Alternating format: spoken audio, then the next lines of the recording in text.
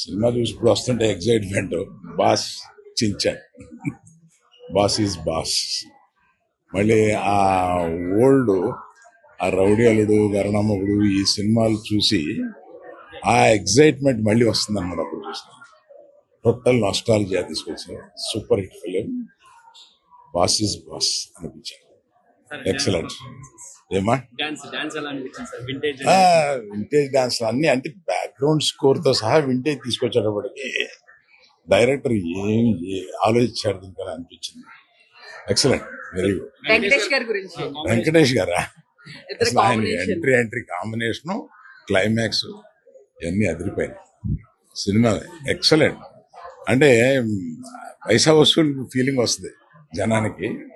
ఇప్పుడే full excitement తో బయటకు వస్తారు. బాస్ చించేసి అంటే మళ్ళీ ఆ రౌడీ అల్లుడు గరణమౌడిలో చూసి బాస్ని చూసి బయటకు వచ్చినప్పుడు ఉన్న ఫీలింగ్ మళ్ళీ ఈ సినిమాలో వచ్చింది అనమాట. నాలుగు తర్వాత అంటే ఆయన రీఎంట్రీ తర్వాత ది బెస్ట్ ఇదేనని చెప్పొచ్చు. నాకు అంత సాటిస్ఫాక్షన్ వచ్చేసి. నయనతార గురించి ఏం Result. చెప్తారు? నయనతార గారి కాంబినేషన్, వీళ్ళిద్దరు కాంబినేషన్.